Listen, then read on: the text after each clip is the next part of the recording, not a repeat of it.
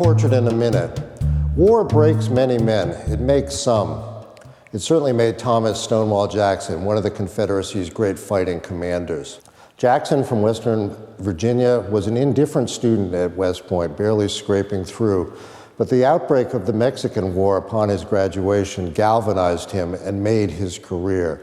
Serving with distinction as an artillerist in the Mexican War, he behaved with valor and great tactical acumen when others faltered.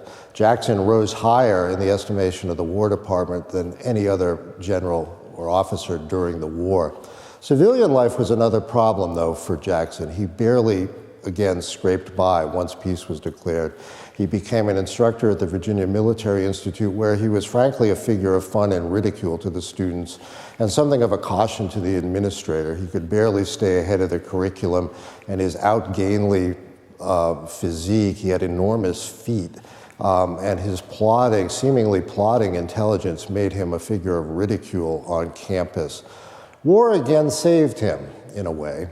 In 1861, when war broke out, Jackson marched the VMI boys to Richmond to enlist them in the war, and he made his name, probably the most famous military nickname in American history, at First Manassas, when he held the Confederate line at the top of Henry Hill, and the other troops responded to the cry, "There stands Jackson like a stone wall, rally to the Virginians." Ironically, though, the nickname had nothing to do with his ability as a commander. Far from standing still like a stone wall, Jackson was an incredible devotee of rapid, swift, sudden movement.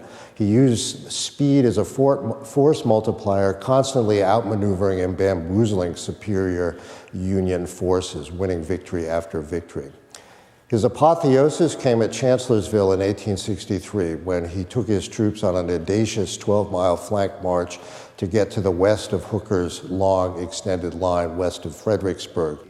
That evening, he went out to scout his lines and was a victim of friendly fire. His arm had to be amputated, and suffering from fever and the after effects of the war, of the wound and infection, he died several days later. He left us with one of the greatest last words of all time, when he said, as he died, "Let us cross over the river and rest in the shade of the trees." When he died, Lee said he'd lost his strong right arm. This is Portrait in a Minute.